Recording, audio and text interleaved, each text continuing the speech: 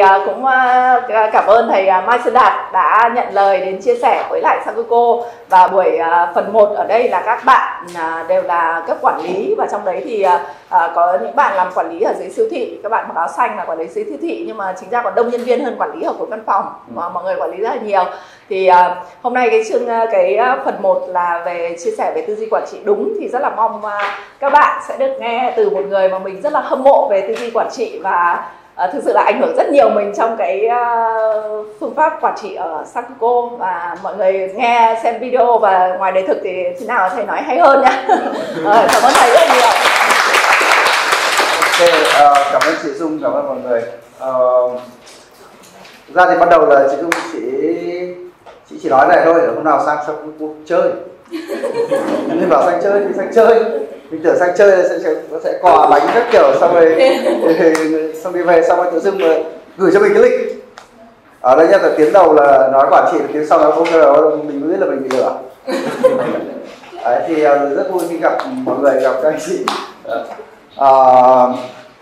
Hôm nay sẽ chia sẻ, thực ra thì thời gian thì chúng ta chỉ có buổi chiều đây thôi, thì cố gắng chia sẻ được cái gì thì chia sẻ, chứ bảo là hết được hay không thì dám chắc là không hết được. Bởi vì quản trị khi mà đụng vào thì nó cũng có rất nhiều, và thực ra khi mà chị Dung bảo là chia sẻ được quản trị đúng với cái cốt lõi của OKR ấy, thì mình cũng nghĩ mãi mà không biết là chia sẻ cái gì. Bởi vì nói về quản trị đúng ấy thì mình lại phải nói về quản trị sai, từ sai xong rồi đúng là nó như nào. Phần sau là OKR thì mình đã nghĩ ra cái cách để nói nó khác với cả cái trên video rồi. Hôm nay sẽ nói cái khác. Thế bây giờ mình sẽ nói về cái câu chuyện quản trị trước. Đầu tiên đi, để phá băng đi, có ai mà trước khi đến đây mọi người chuẩn bị sẵn 1-2 câu hỏi, có một cái gì đó mà mọi người đau đáu xưa nay về vấn đề quản lý nói chung, quản lý nói riêng hoặc quản trị nói chung không?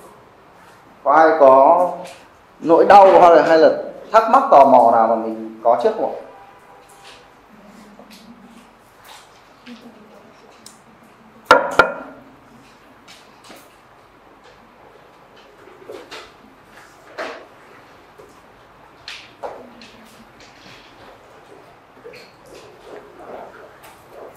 Câu hỏi không nhỉ?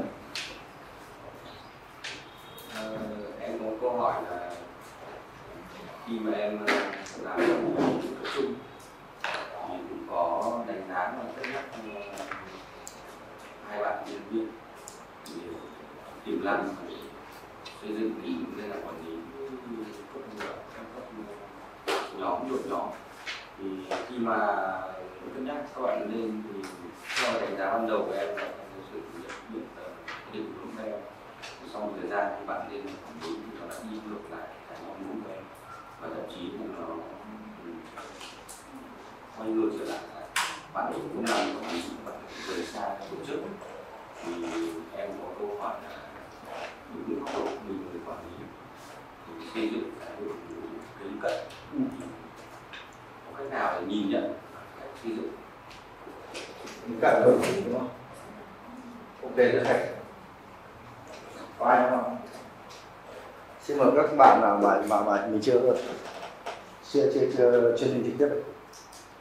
Nên là các bạn mặc áo đồng phục. Vấn đề ở cửa hàng nó có cái gì không?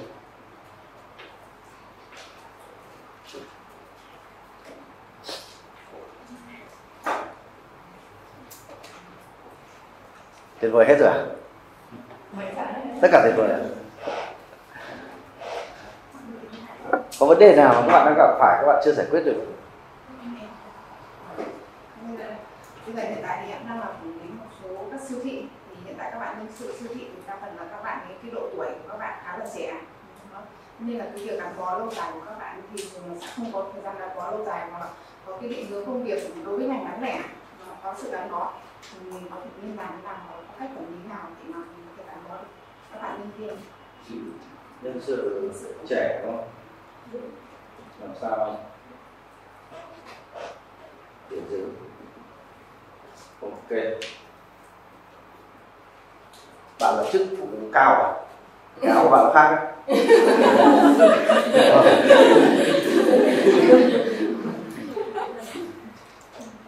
Thêm một câu nữa đi.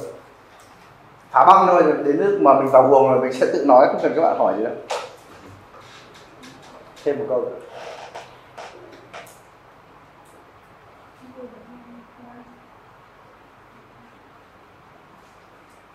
Bên này đi. Mời các bạn là hàng số 2.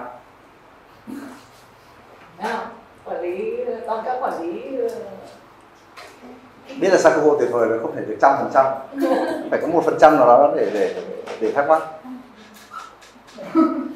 nói các bạn nhân sự ở dưới nghe chưa? Làm thế nào để em lên làm giám đốc? Không ok luôn. Anh là Theo em thì em muốn làm sao để chia sẻ với các bạn nhân sự ấy. Có nghĩa là khi mà các thông tin ở trên công ty truyền đạt tới thì tất nhiên là ở dưới cửa hàng các bạn thì sẽ có những cái khúc mắc, hoặc là có những cái các bạn ấy sẽ có nghĩa là cảm giác là nó không đúng ý, thì làm sao để mình chia sẻ được, làm sao để mình làm cái sợi dây ấy, để kết nối được giữa công ty và dung hòa giữa văn hóa công việc ở dưới cửa hàng ở trên văn phòng này. Ok, thank you. Rồi, bây giờ mình sẽ bắt đầu từ cái đầu tiên đi. Cái đầu tiên đi. Thực ra cái này thì đầu tiên mình phải nói nhé, là mình không phải là người tự dưng mình giỏi quản trị hay là quản lý từ hồi xưa, và mình làm rất tệ. Tất cả những cái này của một người khác mắc trước thì mình cũng mắc hết rồi. Cũng sai lè ra, và hầu như tất cả các công ty đều bị một cái vấn đề là nhấc một nhân viên giỏi lên làm quản lý, thế tự dưng là mất một nhân viên giỏi, xong lại có một người quản lý tồi. Mà đã lên rồi thì không xuống được. Cuối cùng là chỉ có cách là sau là đi mất. Ở lại cũng không được, bởi vì là làm quản lý lại tồi quá. Cuối cùng tự dưng là mình mất người. Thế thì để mà lựa chọn một cái con người phù hợp, thực ra thì ở trong, nói chung lại trong sách, mình thích mấy cái cuốn sách đấy. Ông Jim Collins ông bảo là với các doanh nghiệp mà xịn sò ấy, họ sẽ phát triển cái đội ngũ cấp cao từ bên dưới đấy, từ bên trong. Tất nhiên là quản lý thì với một công ty mà có cả tổng hay là phó tổng, quản lý cũng chưa phải là quá cao, nhưng mà đại loại ấy, thì chúng ta có thể hiểu là cái quan điểm là phát triển con người từ dưới lên là rất tốt. Các trường hợp cần thì mình phải đưa từ ngoài vào. Thì phát triển từ dưới lên ấy, nó sẽ về mặt quản trị đúng ấy. Đầu tiên là mình sẽ phải xác định được cái vẫn là cái sự phù hợp, vẫn phải là cái sự phù hợp này. Ít phù hợp này, chứ bảo không thì bây giờ không có, đúng không? Ít phù hợp. Thì cái này thì mấy anh chị học thì đã biết rồi. Ở đây là cái năng lực này, là gọi là hiệu quả thấp này,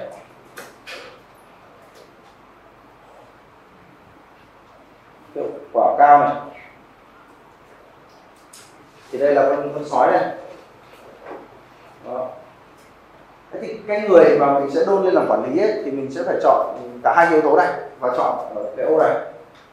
Nhưng vấn đề ấy là cái đoạn này thì chúng ta lại hay nhấn nhầm là chúng ta thấy nó làm giỏi thì đưa làm quản lý, trong khi đưa lên làm quản lý phải là có năng lực hoặc là có tiềm năng làm quản lý thì mình mới đưa lên làm quản lý.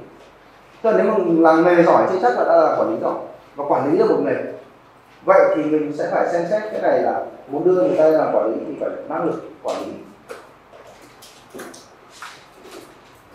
và cái sự phù hợp này nó phải cực kỳ cao, cực kỳ mạnh, nó mạnh ra mặt luôn đấy.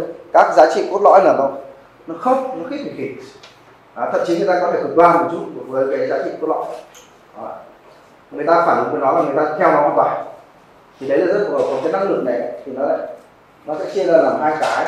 Một cái là cái kỹ năng,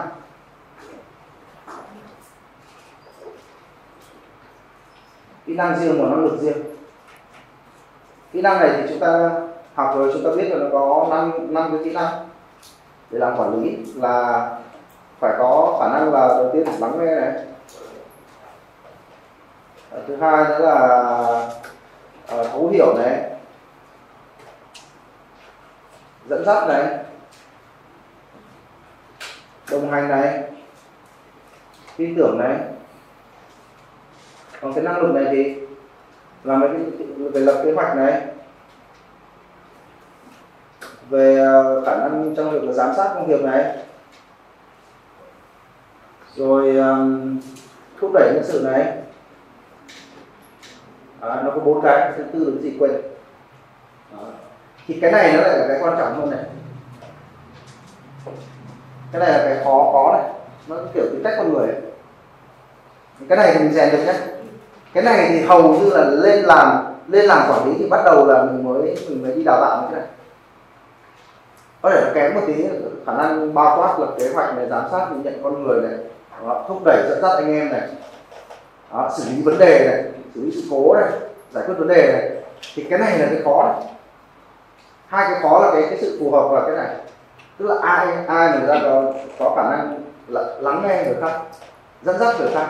Chứ còn nếu mà người quản lý ấy, mà lại theo cái kiểu là tôi là giỏi nhất ấy, thì đến lúc người ta lên là cả cái đội đấy sẽ bị yếu. Vì giỏi là giỏi mỗi cái ông đấy, ông ấy không kéo được cả cái đội đấy lên. Đó. Thế thì trong tình huống mà của bạn ấy là đưa người ta lên là người ta bị, bây giờ xem cái này rồi thì thấy người ta bị yếu cái gì? Thường thường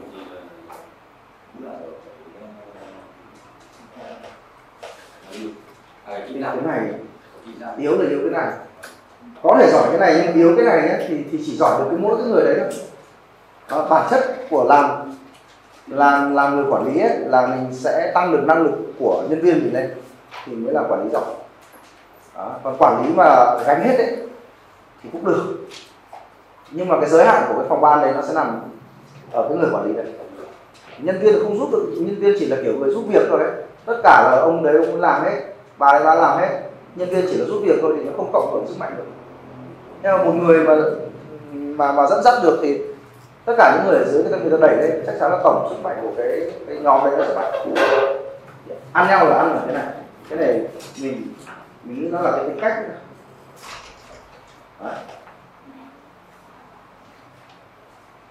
Chứ còn mấy cái năng lực này học được hết. Tính cách thì nó khó đổi, chứ còn kỹ năng lực thì mình học. Thế thì để xem trong cái câu chuyện này cái quản trị đúng ấy, nó nằm ở việc là chúng ta chọn người để làm gì, chọn người làm gì và chọn ai. Chọn để làm gì thì mình sẽ chọn cái người mà để dẫn dắt cái đội đấy, chứ không phải là cái người mà sẽ cầm đầu và làm tất. Nhất là mấy ông sale ấy, sale giỏi nhưng đây làm quản lý không giỏi lắm, khi là cướp hết đơn của nhân viên thì thôi là lại còn dở nữa. Và cái quản trị đúng ở đây là mình phải chọn những người phù hợp với doanh nghiệp, mức độ phù hợp phải rất cao, rất mạnh. Ok chưa? Thực ra cái quản trị đúng nhất, cái chữ này thì mình đang truyền thông cái chữ đó. Quản trị đúng ấy, là tất cả những thứ về quản trị mà nó không phải là sai. Nói về nguyên lý thì nó ít, nguyên lý quản trị thì nó có vài cái. Còn quản trị đúng là mình vẫn sẽ phân tích là lúc mình làm thì mình sai ở đâu và đúng làm ngược lại thì nó đúng. Thì cái sai của mình là mình lựa chọn người theo cảm tính, không có tiêu chí, và chỉ thấy là nó có công và có vẻ giỏi thì mình đưa lên, có vẻ cảm tính, không có căn cứ.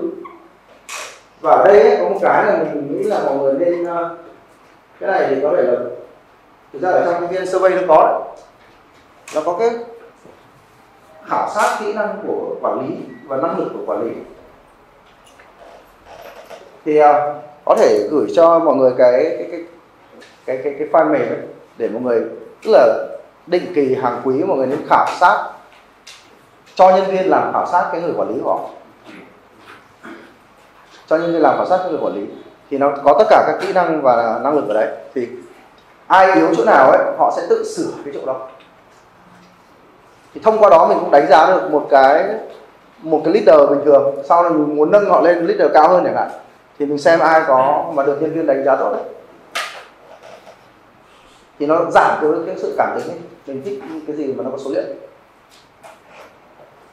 Thì cái này chị Dung nhắc em gửi cho cái khảo sát.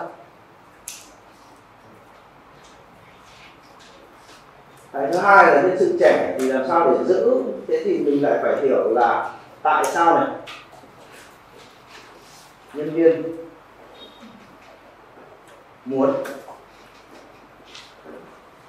gắn bó. Tại sao lại gắn bó này?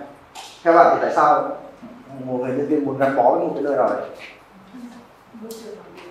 Môi trường, cụ thể hơn, môi trường thì có cái gì? Đồng nghiệp. Ok.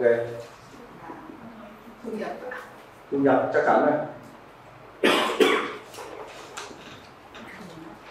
cơ hội suy nghĩ cơ hội tiền. Cơ hội ra tiền. Gì nữa? Sếp. Chấm. Thực ra là nó có danh sách cái này đấy. Nó có danh sách cái từ này. Để người ta gắn bó ấy, thì nó có mấy cái. Thứ nhất là nó phải cảm thấy hài lòng này, cộng với phải luôn luôn có cái động lực này, cộng với cái từ tiếng Anh nó hay hơn nhưng mà dịch ra tiếng Việt nó không hết nghĩa, cái từ engagement.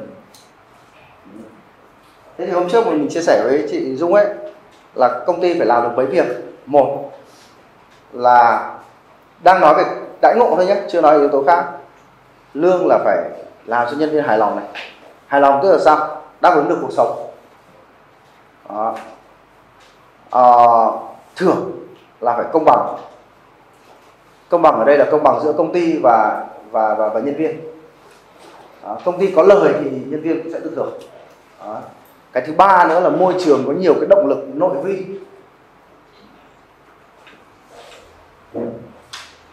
Đó.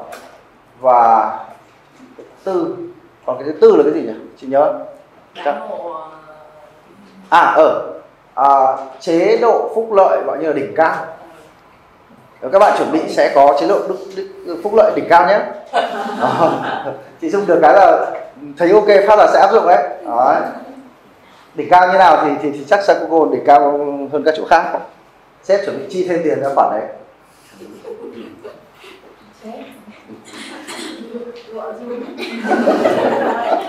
Không, sao lại run cái này là phải mừng chứ ạ?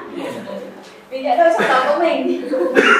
Nhớ đâu chắc chắn công ty được không, ngày là tuần làm 4 ngày. Mình bắt chước Google, mình rất là ngưỡng mộ Google. Thế là Google ấy, họ có cái chính sách là nếu mà nhân viên là mất sức lao động do không lao động được hoặc là đai đó, thì là nó sẽ có hình như là nuôi con đến tận năm 18 tuổi hay gì đấy, hay một vài nghìn đô đến một tháng ấy kiểu đấy. Theo công ty mình bắt chước mình làm cái đấy, nhân viên nó vui nó vỗ tay, mình bảo chúng mày chúng cho mày hy vọng ăn được cái đấy à? Cái đấy chế độ bảo đảm thôi chứ lại vỗ tay vui mừng với cái đấy dễ chịu không? Đó. Thế thì cái này nó rất là phức tạp nhé. Cái này thì bạn nào ấy mà muốn làm cho đội nhóm của mình tốt lên ấy thì các bạn lại vào trong cái app VNOKR ấy, nó có khóa học về động lực ấy, miễn phí các bạn học. Thế thì cái chuyện thu nhập ấy nó sẽ nằm ở đây. Đừng nghĩ là lương cao thì như gắn bó nhé. Ở đây có bạn nào mà bỏ lương cao chỗ khác về sang cô không? Có. Nói ra thì vô lý nhưng mà rất nhiều tình huống nó như thế. Bởi vì tiền nó không phải yếu tố duy nhất để người ta gắn bó với một nơi. Tiền nó sẽ làm cho người ta hài lòng. Đó. Rồi các cái quy trình thủ tục. Đó. Cái này người ta gọi là mức độ giám sát công việc. Đó. Kiểu đi làm mà lúc nào cũng bị soi, nhiều khi áp lực mệt mỏi nghỉ. Chấm. Đó. Thì bình thường người ta hay nói là cứ trả lương cao lên là chúng nó sẽ gắn bó ấy. Cái này là về mặt khoa học động lực là nó bị sai nhé. Tiền nó không làm cho người ta liên tục có cảm giác muốn làm việc đâu. Thế thì động lực đấy, cái tiền này nó được chia vào động lực ngoại vi, động lực từ bên ngoài. Và các bạn cứ thử để ý bản thân mình xem, cái động lực bên ngoài ấy, nó nhìn nó rất là, tức là nhìn thấy luôn đấy, cho cục tiền phát là làm hợp. Nhưng vấn đề là nó không duy trì được lâu, hết cái đoạn đấy là nó hết.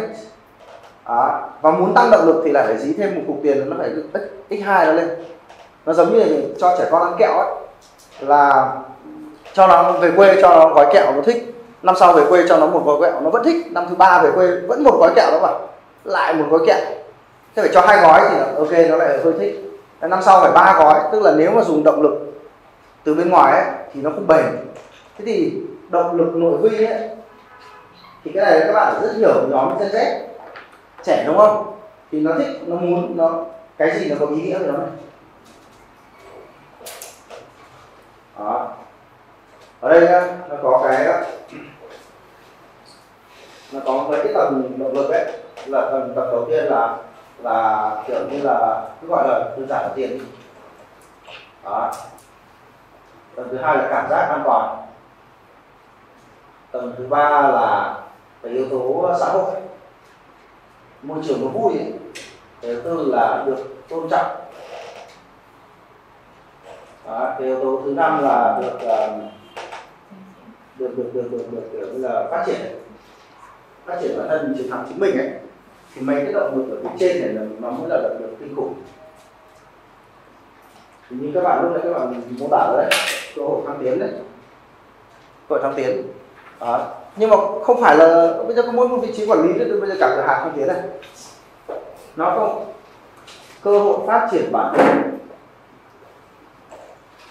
Các bạn đã bao giờ gặp tình huống là làm một cái gì đó các bạn thấy bản thân mình nó trì trệ không phát triển nữa, các bạn đi làm việc mới ấy. Đó, không ai muốn cái điều này đều cả. Đó. Chỉ có điều là người ta không có cơ hội để làm một cái việc khác thôi, chứ còn nếu mà có cơ hội làm việc khác để phát triển bản thân người ta, thì có người đến 70 tuổi vẫn muốn phát triển bản thân ấy. Và tại sao các cụ mà ở Việt Nam mình các cụ là cứ nghỉ hưu là các bạn xuống sức đấy, vì nó không còn động lực nữa, bản thân đi đều không có động lực nữa là bắt đầu là đai nhanh thôi. Nhưng mà nếu để các cụ làm việc là các cụ còn làm được tiếp. Tụi Tây ấy, 80 mấy tuổi đã còn làm tổng thống. Đó. Thì là ai người ta cũng mong muốn tăng cái bản thân. Đây là cái động lực cao nhất này. 4 cái động lực này nhé, 4 cái động lực này nó được gọi là động lực thiếu hụt. Tức là nếu thiếu thì người ta sẽ muốn làm để cho nó tăng lên. Riêng cái thằng này là động lực phát triển thì thằng này không bao giờ nó hụt nhé.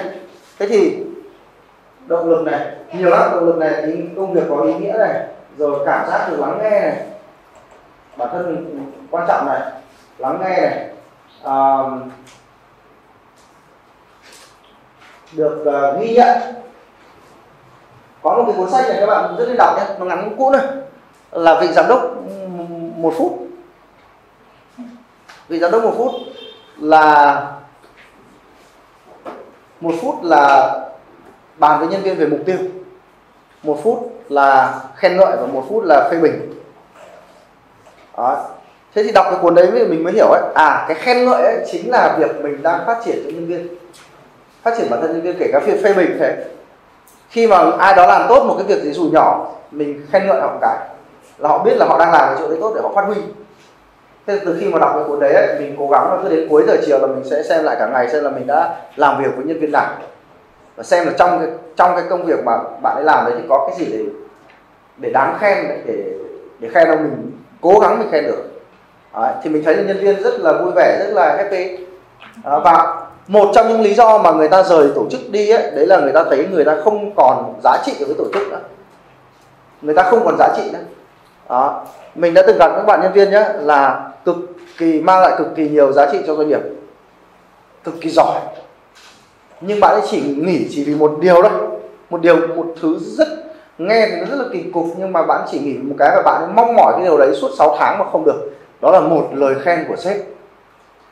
Không được, bạn ấy không nhận được một lời khen của sếp. Đó.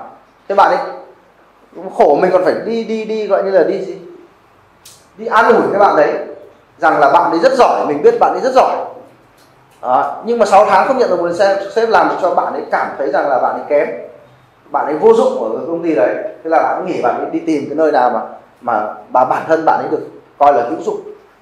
Thì cái việc mà chúng ta khen nhân viên thường xuyên đấy, nhưng mà khen là phải khen thật, chứ khen theo kiểu như là khen cho cố, khen giả dối thì người ta sẽ thấy là mình thảo mai, người ta biết. Thì cái này các bạn nào quan tâm nhé, các bạn học cái khóa 10 phương pháp tạo động lực ở trên app VNOKR. Các bạn lên search VNOKR e-learning là nó sẽ ra cái đấy. Gắn kết, gắn kết này thì nó lại có cái ở trên nếu không nhầm ở trên website mysundat.vn thì có cái blog Hình như là mình có dịch ra một cái bài, có, chắc chắn có. Nó liên quan đến cái từ gắn kết. Đôi khi nó có 12 cái câu hỏi để chúng ta trả lời xem là cái môi trường có đủ gắn kết không.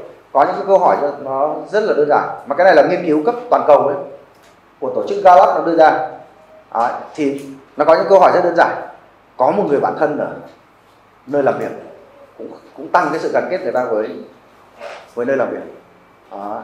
Thế thì ai mà kiểu chúng ta thấy nó không chơi với ai ấy thì phải để tâm thì có khả năng là nó chán nó đi đấy. Nhưng với các bạn trẻ ấy, bây giờ ấy, thì nó thực là mình không có hiểu đâu. Đây là mình đang nói bằng lý thuyết. Với các bạn trẻ ấy, nhiều khi là gì? Công ty này không bảo vệ môi trường, nghỉ. Gen Z bây giờ là thế.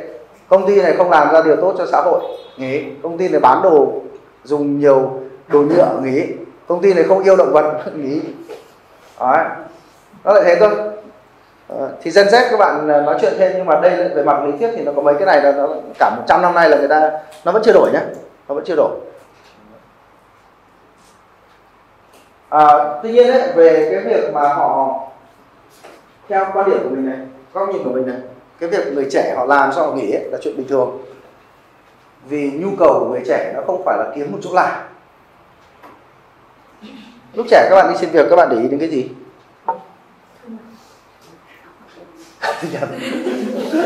Ok, ngoài thu nhập. Ok, tất nhiên quên mất cái đấy. Ngoài tiền ra thì còn để ý đến cái chỗ gì? Lên cái gì? Mình khá kỵ với bạn nào nói cái đấy, nhưng mà thú thực là các bạn ấy cần cái đấy. Cứ nhắn tin cho mình và bảo là em muốn làm việc cho công ty anh để học hỏi, là mình quát luôn đấy. Chiến trường chỗ đây đang đánh nhau mà học hỏi cái gì vào mà chiến chứ, làm gì có cái gì mà học hỏi, học cái tự mà học đi. Học hỏi đấy, nếu muốn học hỏi vào chỗ anh cũng được, nhưng mà mày phải trả tiền. Đi làm là phải để đóng góp, nhưng mà đúng là trẻ thì họ muốn là tìm cái cơ hội để cho, tức là họ còn đang không biết họ muốn cái gì. Họ hoàn toàn không biết họ muốn cái gì. Kiếm tiền xong đi làm đã, đi làm vài năm bắt đầu mới biết là công ty nào thì hợp với họ, kiểu như vậy. Thế thì thay vì việc là để cho họ biết họ muốn cái gì ấy, thì mình giới thiệu bản thân mình ấy. Mình giới thiệu bản thân kiểu như là hai bạn tìm hiểu nhau để làm bạn trai bạn gái ấy. Thì nếu mà không biết cái gì thì thôi, thằng kia nó không biết là nó cần gì ở mình, thì mình cứ ngồi mình khai hết ở mình đi đã. Nó thích thì nó sẽ vô đến, còn nếu không thì nó sẽ chia tay. Thì nó lại là liên quan đến câu chuyện văn hóa doanh nghiệp. Mà mình cá một cái là khi mà Sacoco triển khai văn hóa doanh nghiệp đến tận cửa hàng ấy, nói chuyện thường xuyên ấy, đảm bảo cái tỷ lệ gắn kết nó sẽ tăng. Vật đề nghị là bên mình làm nhân sự ấy, là mình phải đo cái tỷ lệ ra vào, bởi vì cái đấy là nó quy ra thóc. Cứ một nhân viên nghỉ là mình mất khoảng 6 tháng lương, rồi nhân viên trẻ thì mình mất, nhân viên cấp thấp nhất thì mình sẽ mất, nó nghỉ một cái mất 6 tháng lương. Lấy người đào tạo lại, đợi thời gian mà nó làm người mới làm việc được, trung bình nó mất 6 tháng lương. Thế thì mình cũng đo cái tỷ lệ đấy xem từ bây giờ khi mà triển khai văn hóa doanh nghiệp thì nó có gắn kết nhiều hơn không, gắn bó nhiều hơn không. Với cả mình nghĩ là ví dụ như công ty mình nhé, mình không kỳ vọng các bạn để gắn bó, mà mình chỉ làm hết những cái gì mình có thể, còn gắn bó hay không là các bạn quyết định. Cho nên một ai đó mà rời đi thì với mình nó là chuyện bình thường. Công ty mình thì chỉ có 100 người thôi, nhưng mà tập thể nhân viên cũ thì nó khoảng 300. nó nghỉ nhiều lắm, nó ra vào hồi đầu là buồn, ngồi não nề tại sao nó lại rời công ty. Sau quen này, anh ơi em nghỉ. Ok, xong. Và anh không hỏi hay sao? Không, mày nghỉ thì mày có lựa chọn của mày, anh còn bao việc.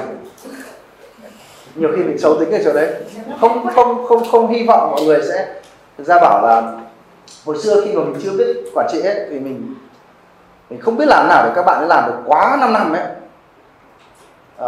Cứ nghĩ là vào là một thời gian đi, nhưng mà bây giờ mình đang kỳ vọng là mọi người có thể làm với nhau giống như trên phim ấy, 20 năm làm càng lâu tốt đi. Nếu mà cái tập thể này mà nó tuyệt vời nhé, câu hỏi đặt ra là đây là cứ đặt câu hỏi này, những ai mà đi nhé, các bạn trẻ nhé, đi nhé, các bạn lôi hộ mình ra bằng được xem lý do tại sao nó nghỉ. thì mình tổng hợp những cái đấy xong rồi mình đưa lại vào cái này để làm tiếp. Đó. Thì phải hiểu tại sao người ta nghỉ, Gen Z nghỉ thế nào thì mình cũng chịu. Còn đây là lý thuyết thì nó thế. Công ty mình giờ toàn 98 2000, sắp tới đấy có 2002 mà con mình 2009.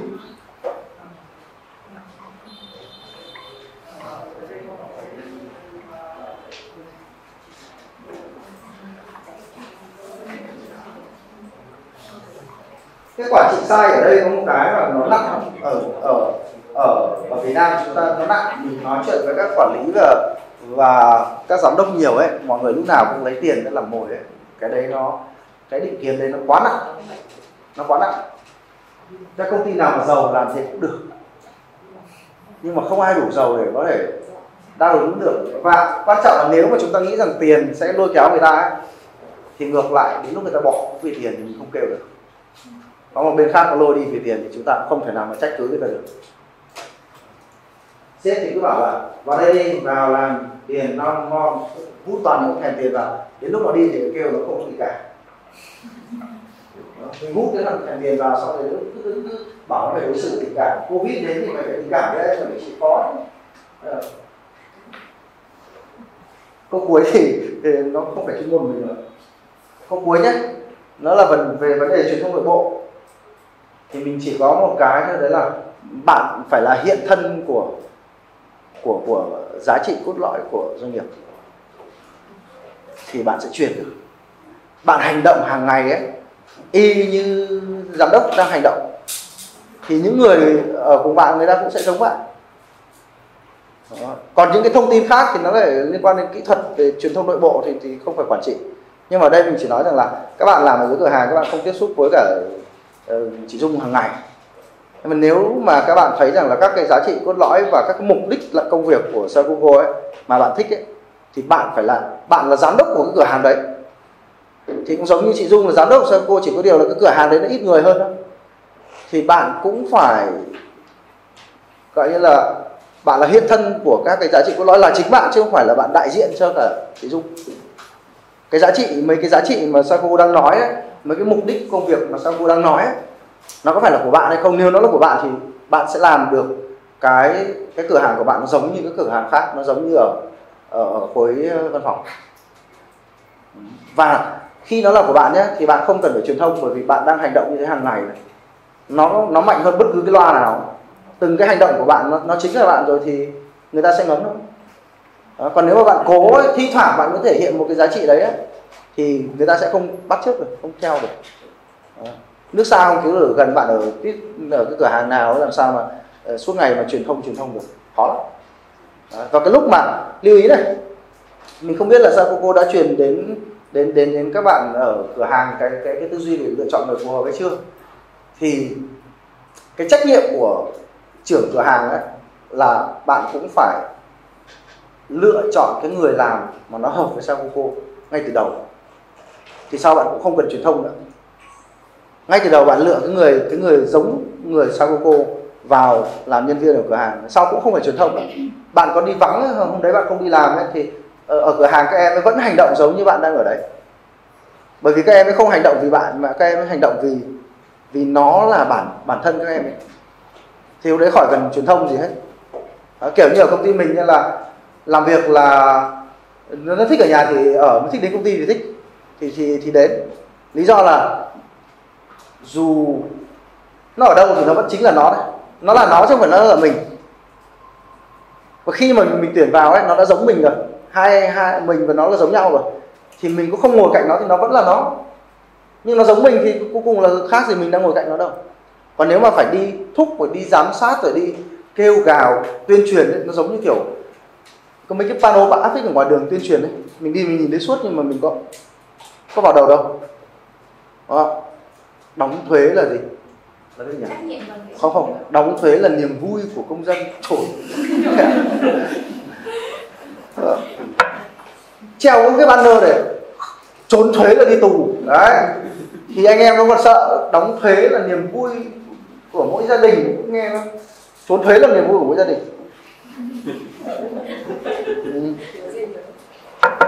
Mình cứ thắc mắc là thực ra ở trên báo chí của mình ấy, nó nói toàn nói quá. Hôm trước mình lại nghe được cái gì ở đất nước Sinh, đúng không, hút thuốc là bị phạt, cái gì vứt rác bị phạt. Làm cái lần đầu tiên mình sang Sinh ấy, mình sợ, cầm một tí rác mình cứ đi cả ngày cầm. Đấy. Xong rồi lúc hồi trước là mình nghiện thuốc, không dám hút thuốc, nhịn kinh khủng ấy. Đấy. Xong rồi đi sang đường nhá, đường nó vắng toe, đường vắng toe mà mình không dám đi qua đường, mình không nhìn thấy cái vạch đi qua đường.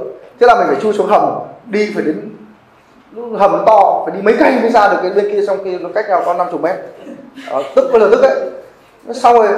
Xong rồi thế này, mình ở mấy hôm bắt đầu mình thấy có thằng nó vừa đi vừa tai nghe nó hút thuốc, nó vừa đi lú nữa.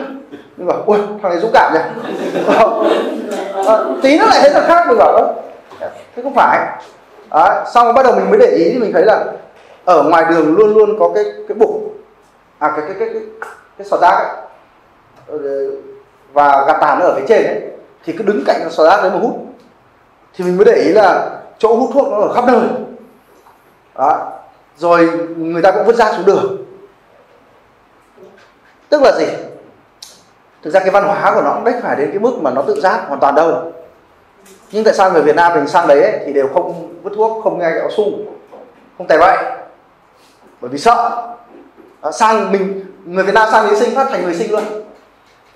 Đó. Nhưng về đến Việt Nam, về đến sân bay nó cũng vứt tài phát rác luôn. Đó. Thế thì cái cơ chế để mình chống lại cái sự ngược văn hóa nó cũng là một cái cần thiết. Tức là ai ngược văn hóa họ phải bị trừng phạt.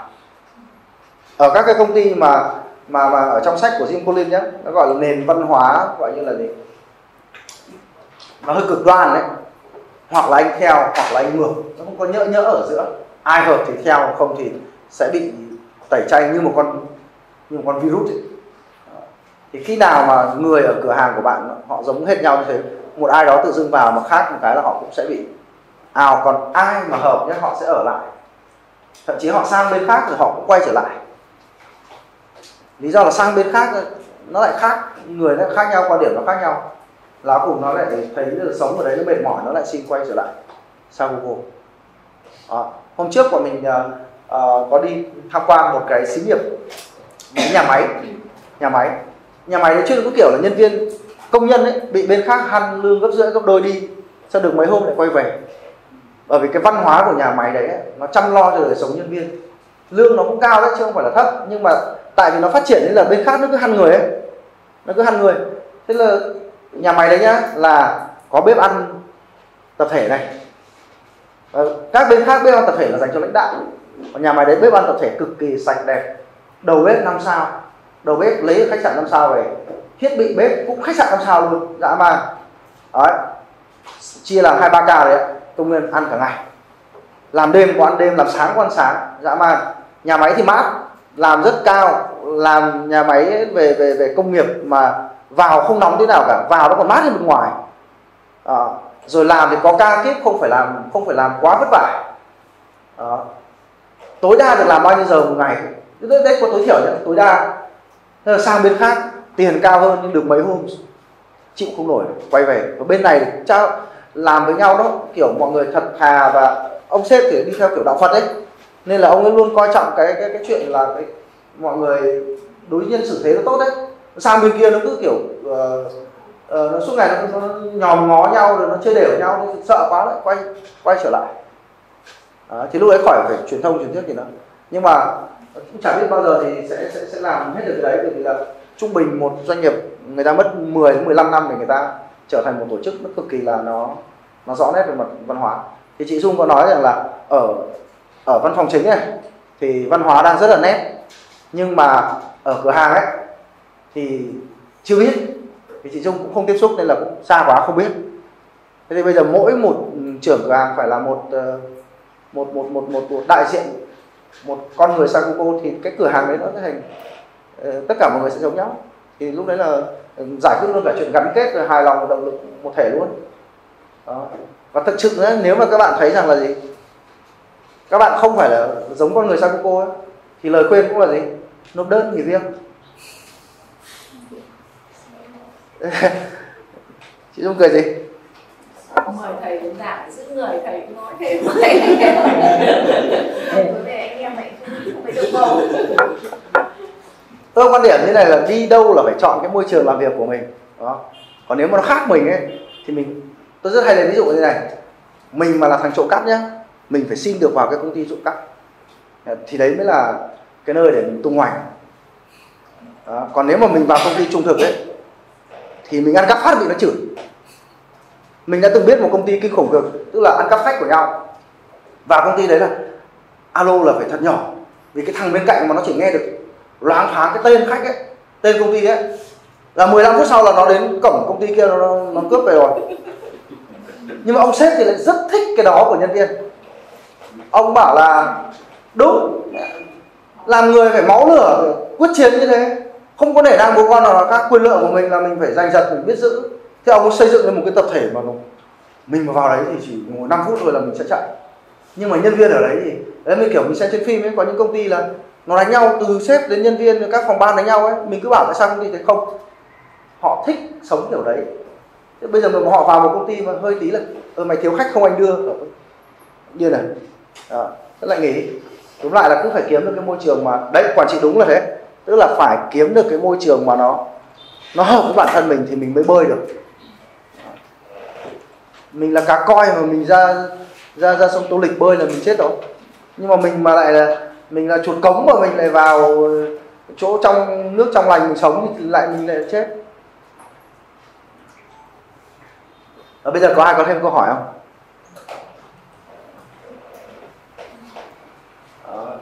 Luôn quản trị đúng đầu tiên nhé, đó là người phù hợp.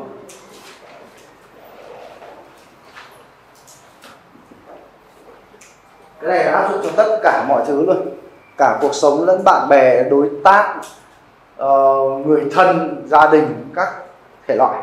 Nếu mà các bạn muốn có một cái cuộc sống mà nó vừa vui và nó vừa hiệu quả, mình trông vậy là mình không có bạn mấy đâu, rất ít. Bởi vì nếu mà nó không hợp cái cách nghĩ ấy, thì mình không muốn ngồi nói chuyện quá lâu, thấy nó tốn thời gian, nó phí thời gian. Chỉ được một lúc mà quay lại cãi nhau. Chỉ có một người duy nhất là trái ngược suy nghĩ là mình phải điều chỉnh thôi. Đấy là vợ thôi. Trường hợp đấy thì mình phải điều chỉnh niềm tin.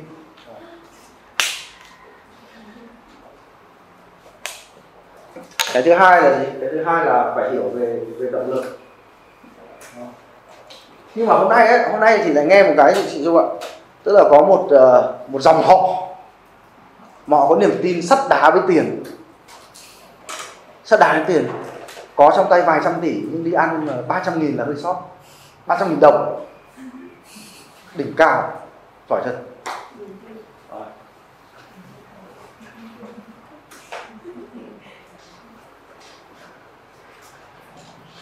Xin thêm câu hỏi. Lấy chủ đề. Ok, 2 câu. Như thế nào là một quản lý giỏi ạ? Và là như thế nào sẽ là một quản lý giỏi? Tưởng đấy nói rồi. Là như thế nào? Quản lý giỏi. Đấy, một là người quản lý giỏi là gì? Người sếp giỏi, người lãnh đạo giỏi là người mà phát triển được nhân viên của mình. Đó, đầu tiên là mình phải biết phát triển nhân viên. Phát triển nhân viên nhé. Thì đấy, đọc cái cuốn lãnh đạo 1 phút đấy. Mình rất thích cuốn đấy ở chỗ là gì? Nó chỉ cho mình chỉ có 3 chiêu thôi. Nhưng mà nó bảo là 3 chiêu đấy khiến công ty bạn trở thành một công ty vĩ đại hàng đầu luôn. Và mình thấy nó không sai đâu. Cái ông đấy cả đời của ông ấy chỉ làm cái việc này thôi. Ông giám đốc ở trong cái chuyện đấy, cả đời ông làm cái việc này. Thế là nhân viên của ông cứ phát triển lên. Thậm chí nhân viên của ông được bốc làm giám đốc của chi nhánh khác ở trong tập đoàn. Và cái chi nhánh của ông ấy luôn luôn là chi nhánh dẫn đầu. Còn nhân viên của ông ấy luôn luôn phát triển và lại đi làm giám đốc ở một cái chi nhánh khác. Và khi mà tổng công ty mà muốn tìm lãnh đạo ấy lại toàn đến lấy người của ông ấy đi. Đó, nó phát triển người liên tục. Và nhân viên của ông ấy cũng bắt chước ông ấy cũng phát triển cái nhân viên của họ. Nó trở thành một cái bộ máy mà mọi người phát triển nhau liên tục. Chỉ bằng là 1 phút mục tiêu, 1 phút khen ngợi và 1 phút phê bình. Còn trong OKR thì nó là CSR đấy. Tức là nó là recognition này, nó là feedback. Đó. Cái mình hay nói là phê bình đấy, thực ra đấy là feedback. Đó. Còn recognition đấy là một lời khen đấy. Rồi mình phải có cái năm cái kỹ năng. Thì trong cái khóa học ở trên app thì có rồi đúng không? Lắng nghe, thấu hiểu, dẫn dắt, đồng hành, tin tưởng. Thì cái đấy mình sẽ thể hiện cái năng lực đấy ở đâu? Mình thể hiện ở trong các cuộc check-in. Có nghĩa là mình được thực hành cái 5 kỹ năng này hàng tuần luôn. Và bảo, ví dụ như bảo mình có giỏi cái đấy không, có thật là chưa giỏi đâu. Lúc nào check-in mình cố gắng. Nhưng mà ít nhất là mình rèn luyện cái đấy thường xuyên. Mỗi tuần mình được rèn luyện với 1 nhân viên một lần. Mình có 5 nhân viên thì ngày nào mình cũng được rèn luyện với cái đó. Không được quên nghe đấy. Nhất là kỹ năng lắng nghe ấy. Đang bận mà nó báo cáo thì ngu là mình nhảy vào mồm nó luôn. Đó, mất thời gian. Và đến lúc đấy là toi rồi, lúc đấy là kỹ năng đầu tiên mà không xong là 4 kỹ năng còn lại lấy đứt. Rồi tiếp theo đó là 4 cái gì? 4 cái chức năng. Rồi nhớ cái từ tiếng Anh là nó là function. 4 cái chức năng. Lập kế hoạch. Lập kế hoạch và ra quyết định. 2 nữa là chức năng về giám sát, thực thi. 3 nữa là chức năng thúc đẩy, tức là tạo động lực đấy. Và 4 nữa là chức năng không nhớ được cái 4, ai search cái từ kiểu 4 function của quản lý cho nào.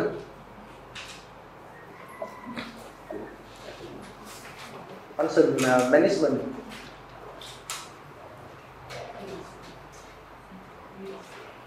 Tự dưng không nhớ ra nữa.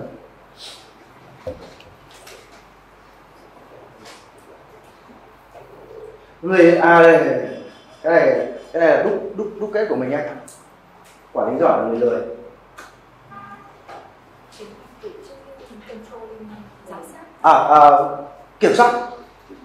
Kiểm soát control, cái số 4 control, kiểm soát. Đấy.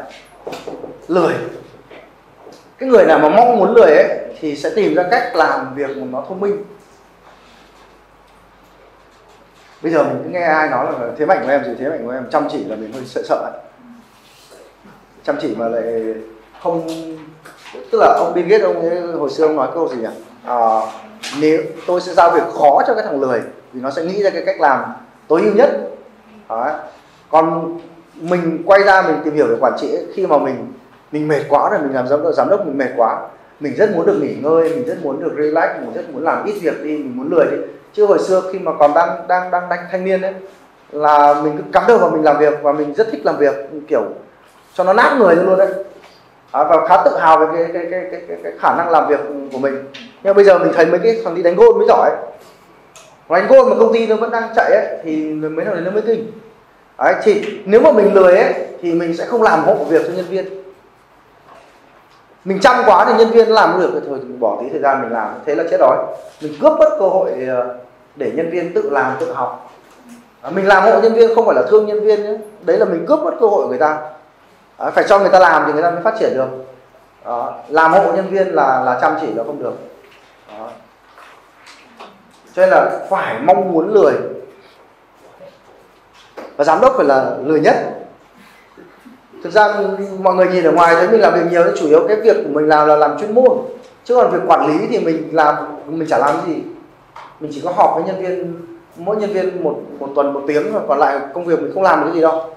Mình bận là bận coaching ấy, bận làm việc với doanh nghiệp ấy. Đấy, cái này quản lý giỏi. Và cái này thì là mình cũng không chắc là nó sẽ đầy đủ hết nhé. Đây là những cái gì mà mình đang huấn luyện các doanh nghiệp thông qua OKR với cả văn hóa doanh nghiệp rất nhiều. Và không phải cái này nháy vậy nhé. Chứ mình cũng không phải là cái người mà chuyên tìm hiểu về vấn đề quản lý đâu. Mình thiên về quản trị hơn.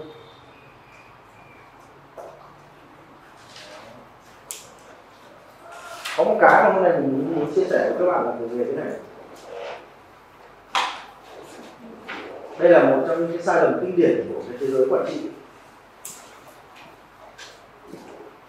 Cái người mà gọi như là ông tổ của ngành quản trị ấy, tên là Peter Drucker, ông này chết rồi, mất rồi. Thì ông ấy viết sách xong rồi là người viết dịch sách của ông ấy ra, xong rồi nó bị bỏ mất một vài chữ đi, nó sai nghĩa hết. Ông bảo là ông này là từ năm 1950 nhé, khi mà cả thế giới vẫn đang quản trị theo chủ yếu là quy trình ấy. Cái quy trình nó quan trọng, chỉ lắp con người vào làm bập là ra. Đó, thì ông ấy đã nói rằng là Các doanh nghiệp làm thế là lãng phí nguồn lực. Phải coi con người là một trong những cái nguồn lực quan trọng để phát triển doanh nghiệp. Nếu mà chỉ coi con người như là một cái mắt xích trong một cái guồng máy ấy, thì nó rất là phí. Cho nên con người cần có mục tiêu để làm việc thì nó mới bứt được cái sức của họ lên. Và cái thế giới quản trị không phải mỗi Việt Nam đâu mà thế giới như thế, nó lại dịch lại là các nhà quản trị cần phải giao cho mục tiêu cho nhân viên. Đấy, thậm chí là gì? Người ta nói là quản lý là phải biết giao việc. Quản lý phải biết giao việc, nghe nó hợp lý đúng không? Nghe thế làm sao mà sai được. Nhưng mà với quản trị ấy, là nhân viên phải biết nhận việc. Quản lý có thể hướng dẫn. Chứ bây giờ lên đến giám đốc đi. Bây giờ mình có giỏi kế toán không? Chị Dung có siêu về tài chính doanh nghiệp kế toán không? Không biết thì giao việc được quái gì.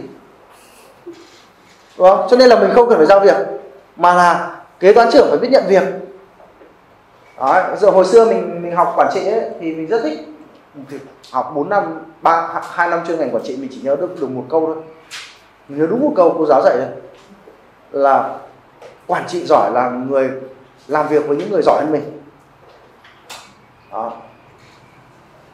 Mãi về sau mình mới áp dụng được câu này. Túm lại bây giờ nhân viên vào ấy, là mình bảo là đấy, em làm được gì thì xem đề xuất đi, chứ lại không nói. Em đề xuất, tự nghĩ, tự đề xuất. Công nhân viên mình mới có một nhân viên mới này, 10 ngày nay là cô đơn luôn, vì đang trong giai đoạn là tự nghĩ việc. Và hẹn thứ 3 này là sẽ trình bày với mình là em sẽ làm gì để đóng góp vào giá trị công ty. Còn lại mình không có gợi ý bất cứ cái gì cả. Tất nhiên là đến lúc mà bắt đầu họ trao đổi thì bắt đầu mình sẽ phản hồi, mình sẽ có những cái đóng góp ý. Nhưng mà quản trị là quản trị này, không phải việc của lãnh đạo. Quản trị là việc của cả tổ chức. Và cái quan trọng là phải tạo ra cái môi trường để mỗi người có thể tự quản trị được mình và phát triển bản thân mình trong môi trường đấy. Người quản lý giỏi nhá, là nhân viên mình phát triển, đúng không? Không có nghĩa là mình phải đi mình ke từng đứa một, mình cố gắng mình dạy cho từng đứa một, mà mình tạo ra được môi trường để mọi người phát triển một cách tự nhiên nhất. Ví dụ như là vấn đề HR đi, là các công ty nhiệm vụ của HR là gì? Đào tạo cho đội ngũ cán bộ nhân viên. Công ty hầu như công ty nào thế. Sau HR nó suốt cả năm là đi kiếm xem là có thầy nào hay mời về dạy. Đó, các thứ, đúng không? Nhưng mà với một cái môi trường quản trị hiện đại nhé, HR là người tạo ra cái môi trường học tập, cơ sở dữ liệu học tập để mọi người tự do thoải mái học tập lúc cần, và cho mọi người biết là nên học cái gì. Còn cái việc của mọi người lựa chọn học cái gì là việc của mọi người. Đó. Có rất nhiều các chương trình đào tạo về mở ra xong rồi mọi người ngồi ở dưới chả biết học để làm gì. Ví dụ như chương trình này. Đúng không? Thế quan trọng ở đây là mình còn có môi trường để tất cả mọi người có thể tự giác được, vui vẻ, muốn tự giác ở trong cái môi trường đấy thì nó mới là cái quản trị hiện đại. Đó. Sau phần 2 nhé, mình sẽ nói kỹ về cái này. Lát nữa sẽ nói kỹ về. Ok. Bạn, câu hỏi của bạn ấy. Khi trong đây em có khá nhiều nhóm và cái năng lực các đội nhóm khác nhau, tức là có đội nhóm giỏi, có đội nhóm trung bình, có đội nhóm yếu, thì cái cách làm sao để em có thể đảm bảo được các đội nhóm hỗ trợ nhau tất cả cùng phát triển? Các đội nhóm chức năng nó khác nhau à? Các đội nhóm cùng một chức năng, tuy nhiên cái mức độ tương tác giữa các đội nhóm thì nó không cao, dẫn đến thằng giỏi thì cũng giỏi, còn thằng kém thì nó cũng kém.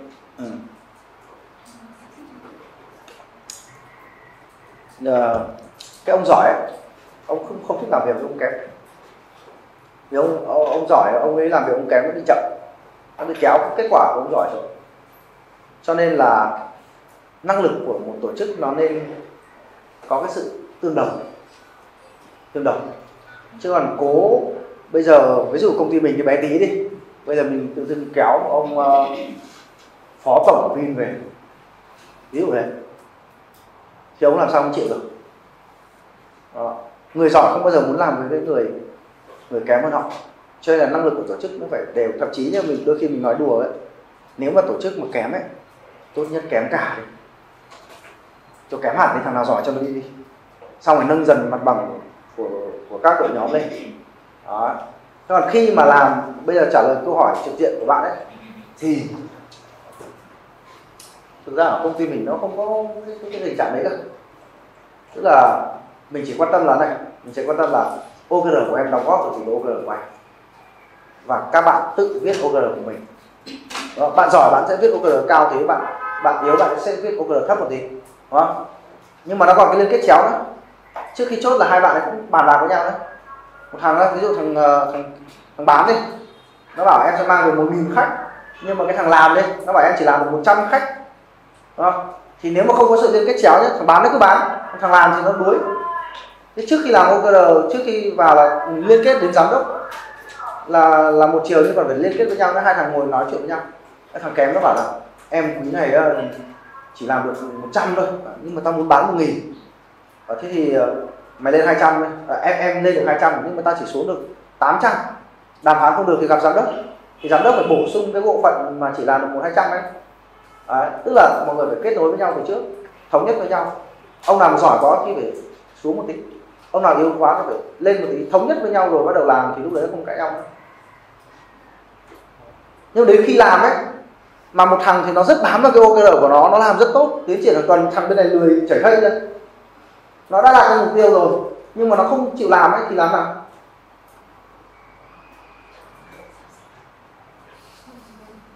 Nó tự xuống.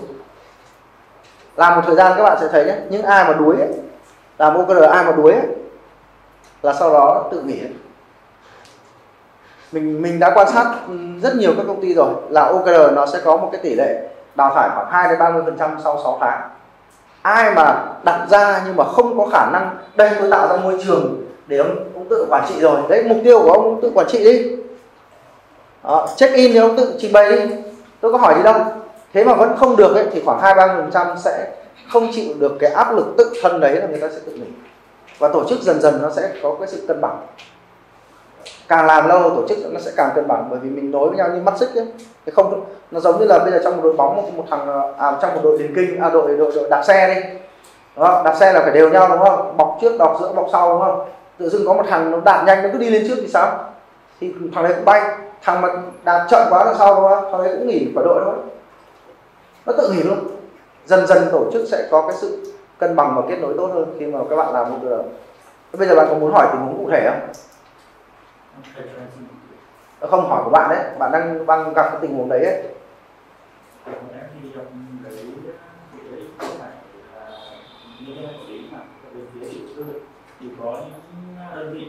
Chủ đầu tư tức là nhượng quyền, ok. Có những đơn vị thì làm rất tốt, nhưng mà có những đơn vị nhưng mà cái chỗ đấy họ có làm OKR không nhỉ?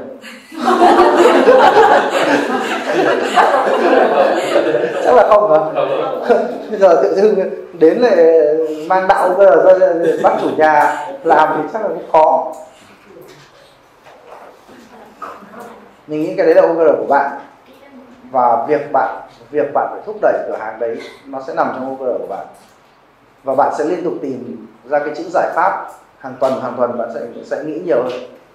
Chứ còn nếu mà chủ đầu tư mà họ yếu quá rồi họ cứ làm một cách hời hợt thì đến lúc nào đó mình phải đưa ra một cái tiêu chuẩn để mình cho nó dẹp chứ, đúng không? Đó. Nhưng mà mình nghĩ là trong câu chuyện của bạn thì cái giải pháp từ phía bạn nó quan trọng hơn là từ cái phía người ta. Đó. Và mình nói chuyện với sếp để mình xin cái ý kiến góp ý, cái phản hồi để xem là trong tình huống đấy thì em có thể làm thế nào, nếu em gặp khó khăn vấn đề đấy, giải pháp là gì, mình thử làm một tháng xem là có sự thay đổi nó không. Với cả như là với vấn đề franchise, vấn đề nhượng quyền ấy, thì đề xuất là cũng phải kiểm tra cả vấn đề về sự phù hợp. Đúng rồi. Chứ còn giống như kiểu bên trà sữa ấy, phát triển nhanh nhưng mà chủ nhà không phù hợp với giá trị, hôm sau cãi nhau mệt. Đối tác rất là tật, cái đấy khi mình xác định được rồi mình tất cả những ai mà dính dáng với mình là mình đều lựa chọn hết. Được bao lâu rồi nhỉ? Hết phần 1 chưa? Lâu thế. Còn 2 nữa này. Hả? Nửa tiếng nữa hết phần 1. Sắp hết bài để nói rồi.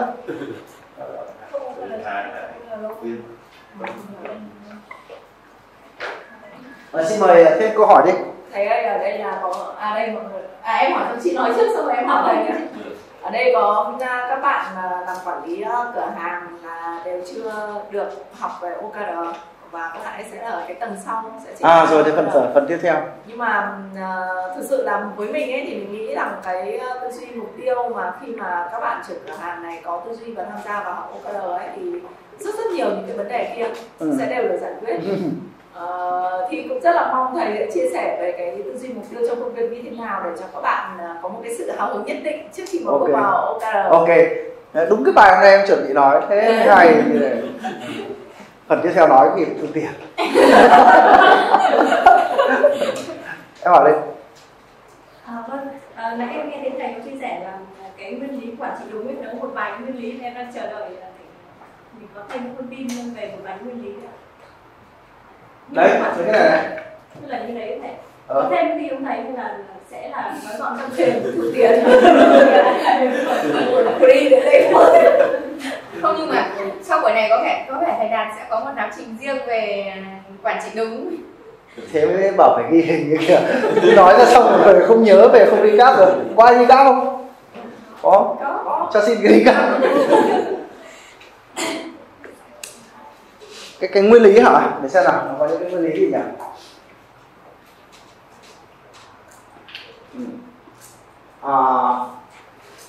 Nguyên lý đầu tiên này, nguyên lý khó nhất cuộc đời này. Mọi cái việc chúng ta làm phải đúng cái sứ mệnh, ok chưa? Cái này khó không? Cái này nó là quá khó. Đấy, nhưng mà với Sagogo thì bây giờ sẽ sắp sửa là không khó nhé. Sắp sửa sẽ không khó.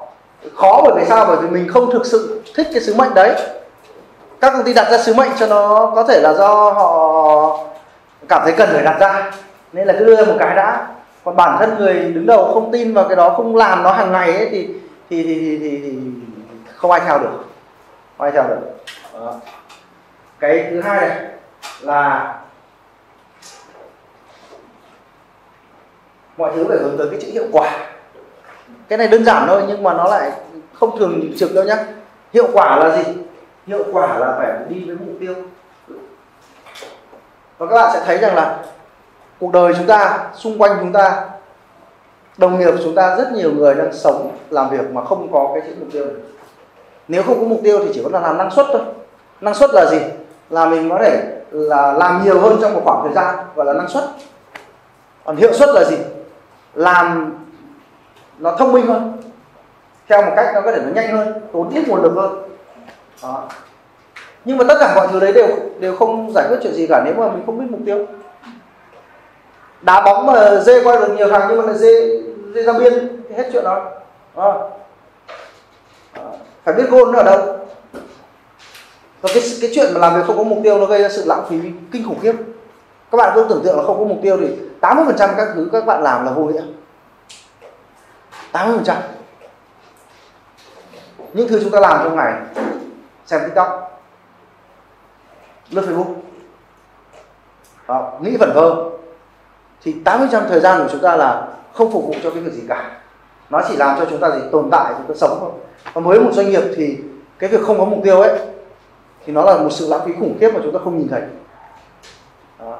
Thì mấy cái này là mấy cái ông Peter Drucker ông ấy nói. Peter Drucker ông nói. Đó. Rồi thì nó không nhiều đâu.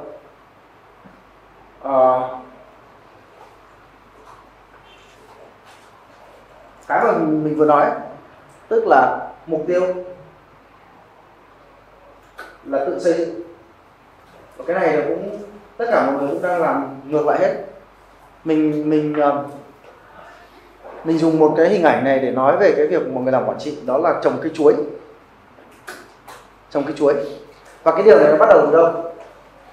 Thực ra cái công ty mà nó làm quản trị tốt ấy, nó lại chính là cái thằng mà nó mới khởi nghiệp ấy. Nó có rất nhiều thứ nó làm đúng. Nào là mọi người làm việc là gì? Hợp nhau thì mới khởi nghiệp, đúng không? Đúng chưa?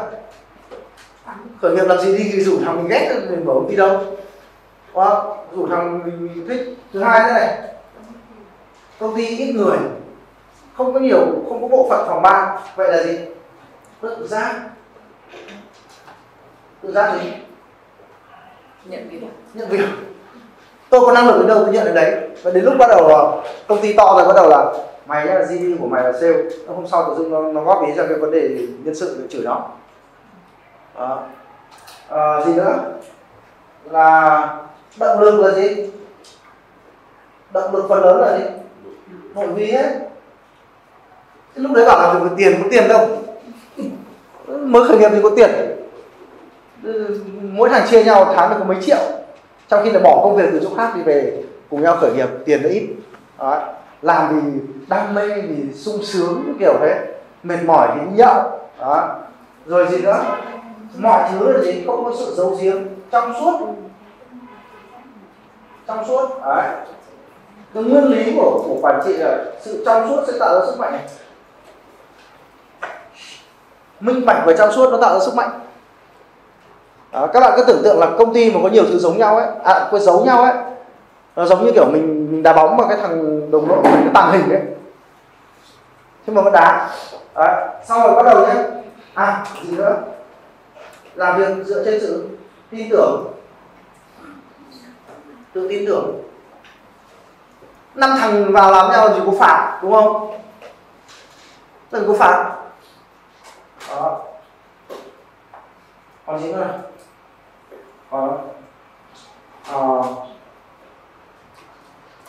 Có một cái này nó không phải nguyên lý quản trị, nhưng mà với mình là nguyên lý đi làm là phải vui. Công ty khởi nghiệp thử rủ 3-4 thằng sao? Không vui là nghỉ luôn. Công ty làm gì có gì mà giữ cho lại. Tiền không có, không vui thì nó nghỉ chứ. Cãi nhau là mấy hôm là tan tành luôn. Đó. Rồi, mấy cái về tiền nong ấy thì nó sẽ hướng đến sự công bằng, cân bằng. Bây giờ các bạn nhìn nhá, một cái công ty nó bắt đầu khởi nghiệp ấy, nó làm rất đúng, nhưng á, bắt đầu có cộng thêm một phát nó sai. Bắt đầu từ khi có nhân viên đầu tiên là bắt đầu nó sai luôn. Nhân viên đầu tiên là phát mấy thằng nghĩ vào rồi bây giờ mình bắt đầu tuyển nhân viên, bắt đầu là thành sếp rồi, bắt đầu giống một công ty rồi. Cho nên là công ty ấy thì phải có cái gì các bạn? Đã là công ty phải có gì? Nó phải có quy định, đúng không? Quy chế công ty, bắt đầu ngồi viết quy chế. Đó.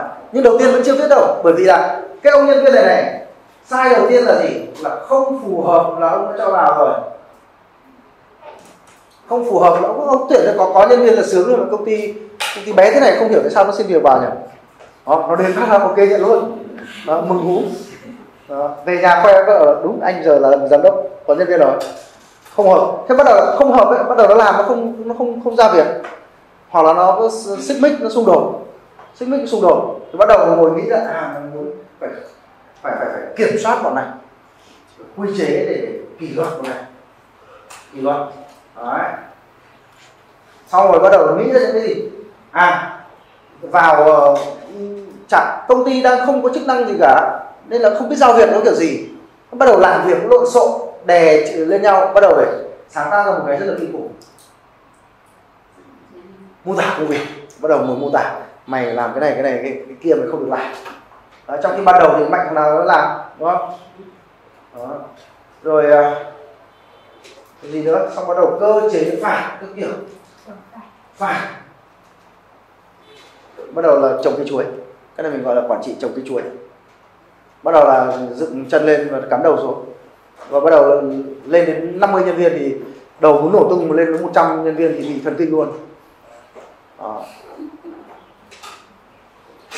Chị Dung cười thần kinh luôn. Nhưng máu nó dồn lên não, mọi thứ rắc rối nó dồn lên phòng giám đốc, mọi xích mích, mọi thứ phải quyết từ to đến nhỏ, bé tí dồn lên. Đó. Thế nên nó chả đau đầu. Trong khi ngay từ ban đầu nó giống như này, một đứa trẻ, đúng không? Trẻ con ấy, các bạn thấy trẻ con bản chất nó sinh ra là nó sống hồn nhiên, tự nhiên và hạnh phúc, đúng không? Bắt đầu lớn lên nó bắt đầu nó lại phức tạp hóa cuộc đời đi. Xong rồi bắt đầu già lại đi học thiền để làm trẻ con. Đấy, cái quy trình của con người là thế. Đấy. Mọi thứ nó đều đây, quản trị đúng cái này, đây là nguyên lý nó nằm ở đây đấy, bắt đầu đều làm đúng hết rồi, xong rồi cứ bị sai dần đi. Đó. Lý do là vì mất niềm tin. Cái chữ này nó rất là khổ. Mất niềm tin bởi vì lựa chọn người không phù hợp, và bởi vì nói thực ấy, là không học nghề giám đốc, nên là cứ làm theo cảm tính. Mà mấy cái nghe nó rất là đúng nhé, nghe nó rất là đúng. Không làm được thì phải có có một cái nữa. Úi dồi ôi, bắt đầu là gì? Đến năm thứ 3 quy trình, cái gì cũng phải quy trình. Bởi vì sao? Nhân viên làm lỗi nhiều quá, nên là tư duy rất là thông thường là gì? Lỗi nhiều thì phải đưa ra quy trình để nó làm cho nó không còn bị sai nữa. Nên nó hợp lý, quá hợp lý. Điều này không ai thắc mắc cả, vì nó gần như là chân lý, nhưng thật ra là nó sai lẻ ra. Nó lại làm chúng ta quay trở lại thời kỳ hề sắc lô, là vào trong nhà máy là cứ đứng một chỗ mà đi bạn con ốc thôi, và ốc nó trôi thì chạy theo. Đó. Quản trị quy trình nó là lý thuyết quản trị hiện đại và tiên tiến của năm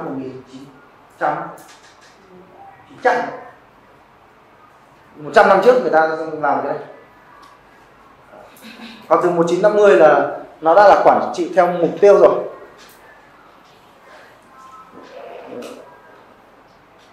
Trước khi mà mình muốn lộn lại để không quản trị ngược nữa thì phải có được cái này, phải có được cái niềm tin, lấy lại được cái niềm tin với mọi người đã. Còn nếu không thì không có gì thay đổi cả.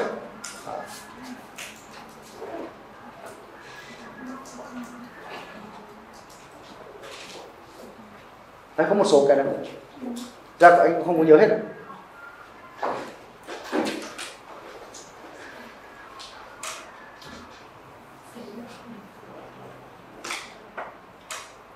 Có ai hỏi đó không?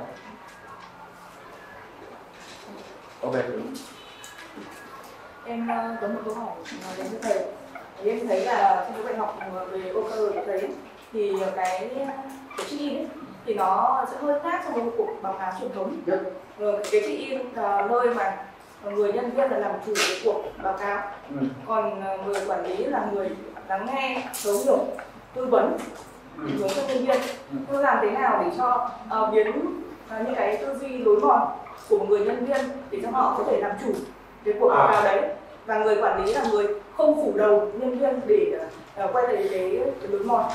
Ok, đầu tiên nhé, mình phải truyền thông là cái hoạt động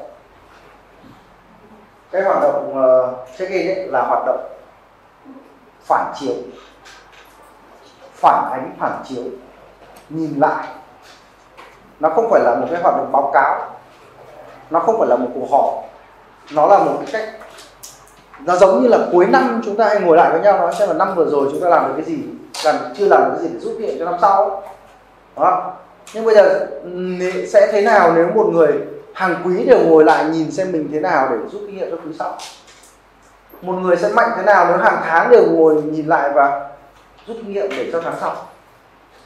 Và với OKR chúng ta có cơ hội ngồi lại hàng tuần, chúng ta tiến bộ liên tục và cho mọi người hiểu cái ý nghĩa của cái chữ này. Nó không phải là cuộc họp, không phải là cuộc check-in.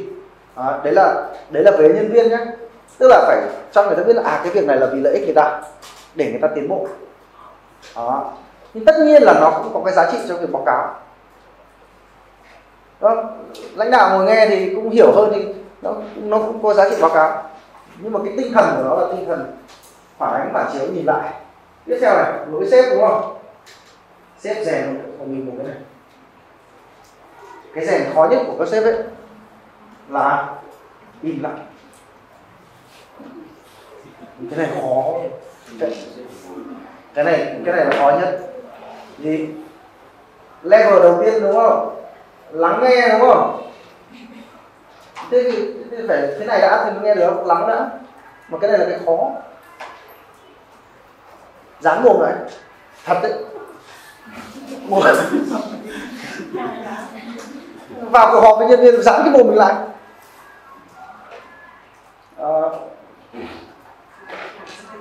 Ở trên lớp mình hay nói cái này này, trong cái lúc thảo luận nó không coi trong video. Các cuộc họp ấy, sếp hay là người nói nhiều, đúng không? Bây giờ chị Dung họp còn nói nhiều không? Vẫn nói nhiều à? Nói chủ yếu à?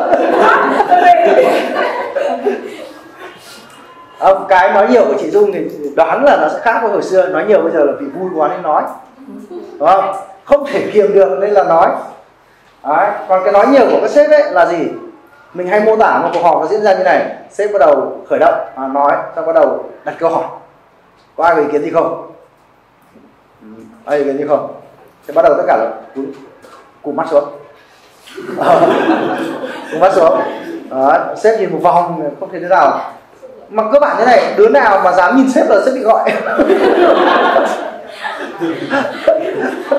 Đấy, tất cả cụp mắt nhé. Thì bắt đầu là diễn biến tâm lý trong vòng khoảng 60 giây ấy, nó sẽ như này.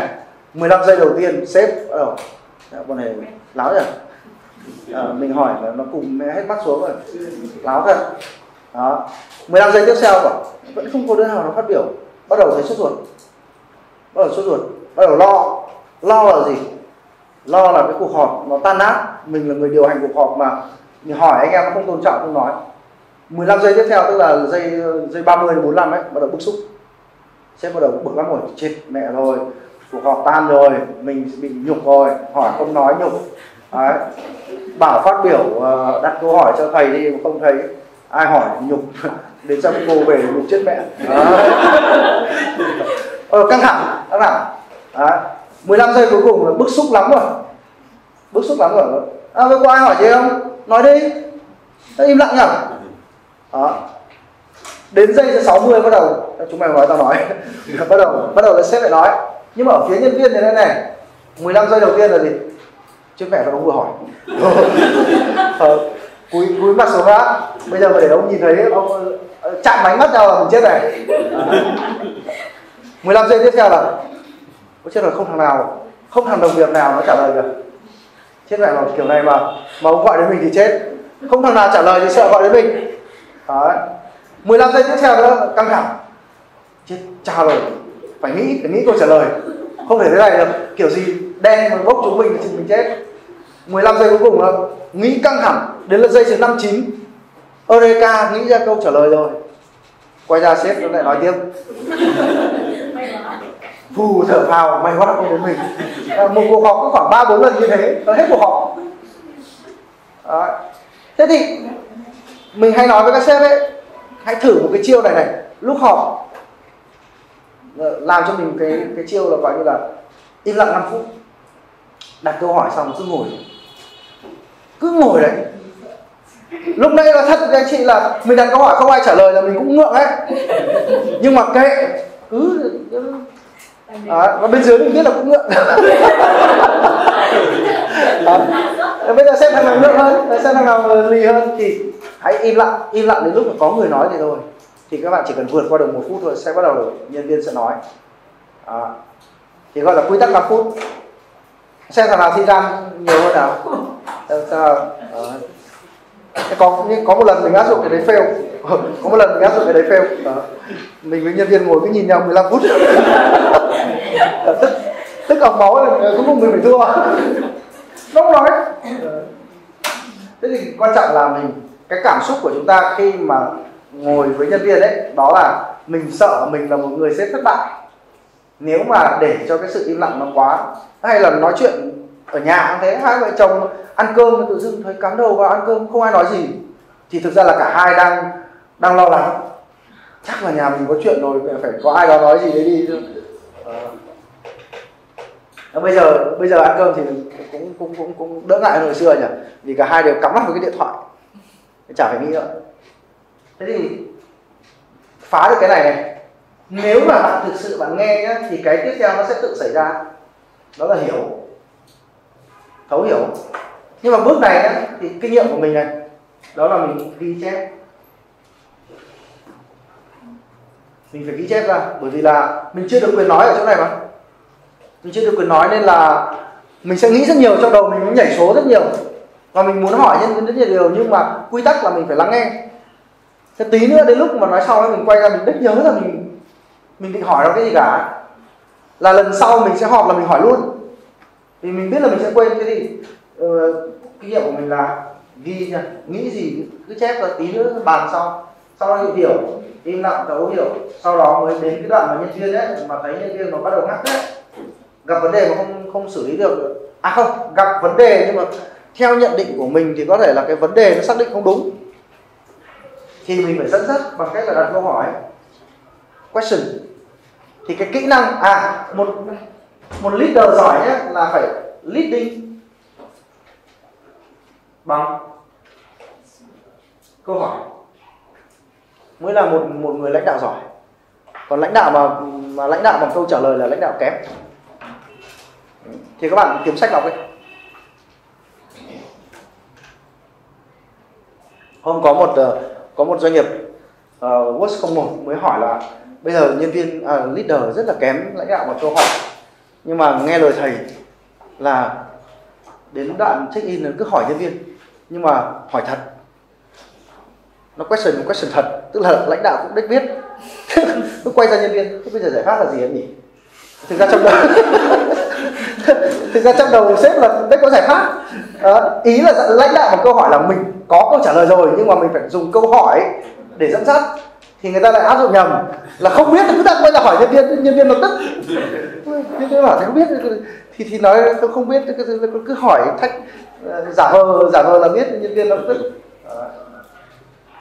Dẫn dắt ở đây là dẫn dắt tìm ra vấn đề. Dẫn dắt ở đây bước này là dẫn dắt tìm ra vấn đề. Ví dụ vấn đề đấy mình gặp trước đây rồi chẳng hạn, mình gặp trước đây rồi, thay vì mình phân tích luôn là nó sai thì mình bảo là theo em thì nếu em làm thế thì kết quả nó sẽ có những tình huống nào xảy ra. Đấy. Theo em thì cái việc em làm thế thì nó có liên kết và ảnh hưởng tới ai hay không, bắt đầu ngồi đứng nghĩ. Lý thuyết là thế, chứ đến đoạn này nhiều khi là tôi cũng đưa mẹ là đáp án luôn. Nhiều khi ngồi tức thật ngu thế, có mỗi cái đấy mà không nghĩ ra được thật. Cho nên là cái đoạn này là cũng khó. Túm lại là để luyện cái này là mình phải EQ rất nhiều, tức là giảm cái tôi của mình xuống. Khó. Tôi không bao giờ tôi nói tôi giỏi được mấy cái này nữa, tôi luyện nó hàng ngày cũng khó lắm. Sau này nhiều khi tôi luyện căng quá là từ đầu cuối buổi cái check in chả nói một cái gì cả. Và đến lúc nó bảo là em check in xong rồi, xong rồi anh có góp ý gì không? Không. Cái động việc của check in nhạt tẹt.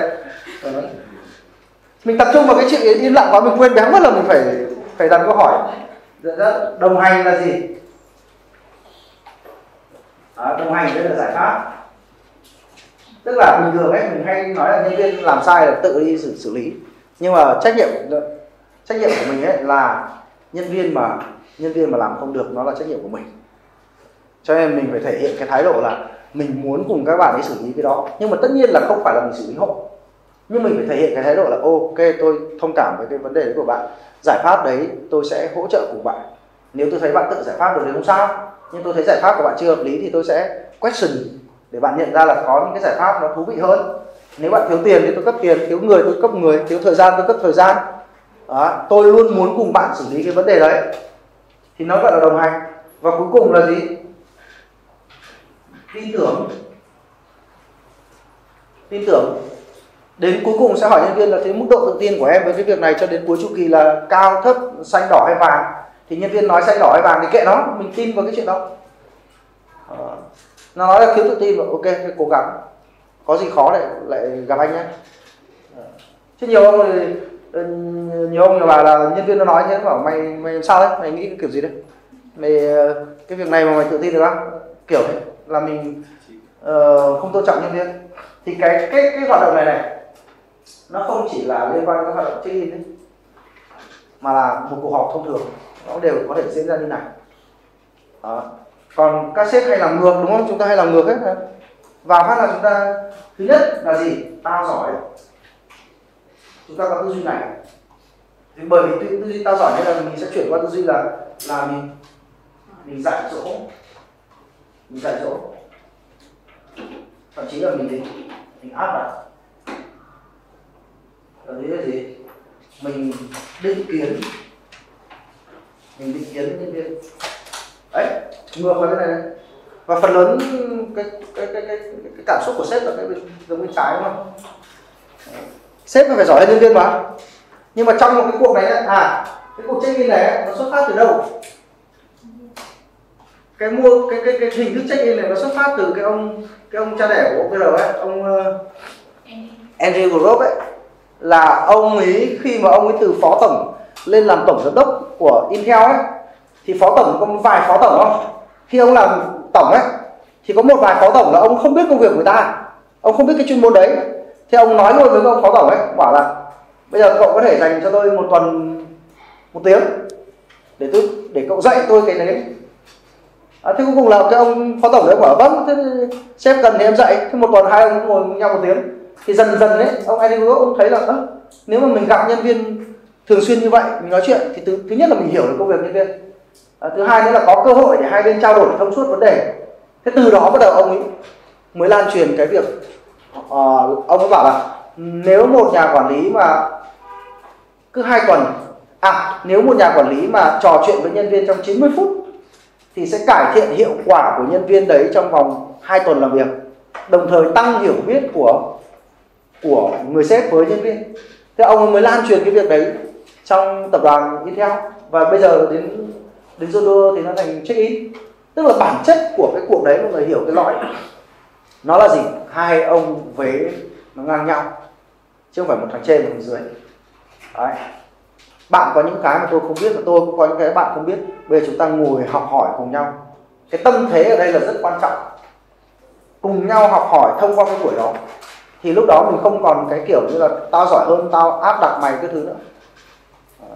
Thì cái khó ở đây, cái thắc mắc của bạn rất hay. Cái khó ở đây là cái mindset của người sếp, là mình tham gia cái cuộc check-in đấy với cái tư duy nào.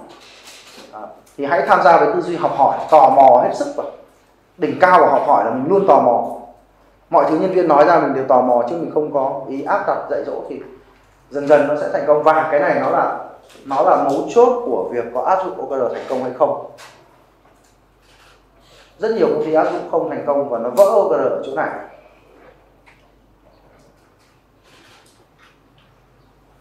Xong cái câu hỏi của bạn.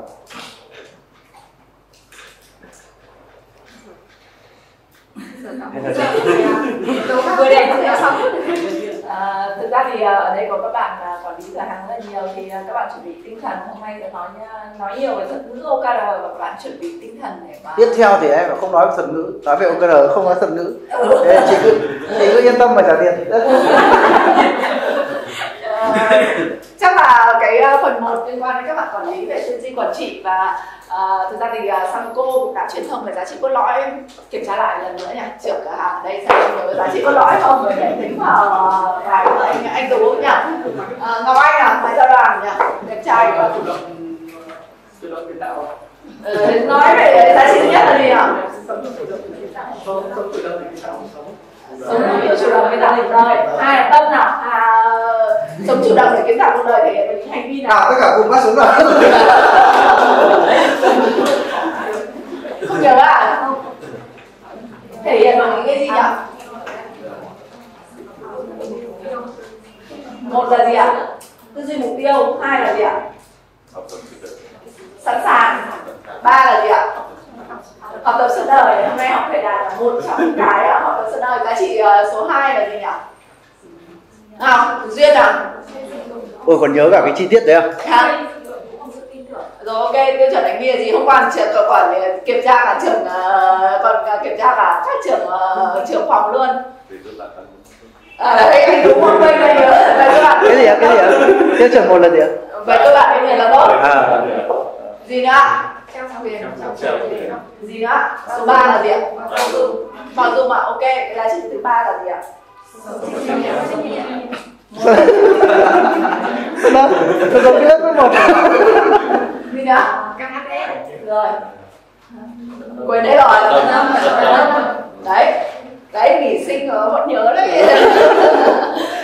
Thực ra thì cái rất là muốn các bạn nghe một cái buổi chia sẻ của thầy Đạt có rất nhiều tư duy, và sau đấy thì Sangoku cũng sẽ áp dụng rất nhiều. Các bạn là những người quản lý ở dưới cửa hàng, và quan trọng nhất là hôm nay thầy Đạt nói một cái điều mình rất là tâm đắc, đấy là chọn được người phù hợp. Giai đoạn vừa rồi thì nhìn số liệu của Sauco và số liệu của nhân viên cửa hàng, chúng ta bị mất rất là nhiều công sức bởi vì chỉ cho cái hoạt động là tuyển và đào tạo các bạn nhân sự mới, và một trong những cái việc đó là chúng ta chưa kỷ luật trong việc tìm được người phù hợp và biến những người phù hợp đấy để người ta biết rằng người ta phù hợp với mình. Và thực ra là cái công việc mà khối HO có thể làm được hay không ấy thì nó cũng sẽ phụ thuộc vào các bạn là những người CEO của những cửa hàng mình rất là nhiều. Và cái buổi ngày hôm nay thì hy vọng là thầy Đạt đã chạm tới các bạn hiểu về công việc của mình là những người quản lý, để chúng ta sẽ cùng nhau xây dựng một cái hệ thống quản lý hệ thống quản lý và quản trị của Sauco là quản trị đúng.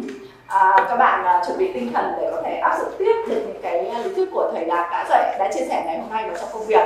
Còn OKR thì cứ từ từ, mục tiêu của anh Tú là trong tháng 7 sẽ triển khai vào OKR đến cấp cửa hàng. Các bạn cứ từ từ để chuẩn bị những bài mới. Cảm ơn thầy chia sẻ rất nhiều và chuẩn bị cho chúng ta sẽ nghỉ 5-10 phút để chờ cho các bạn nhân viên khối phải có xuống để chia sẻ về OKR.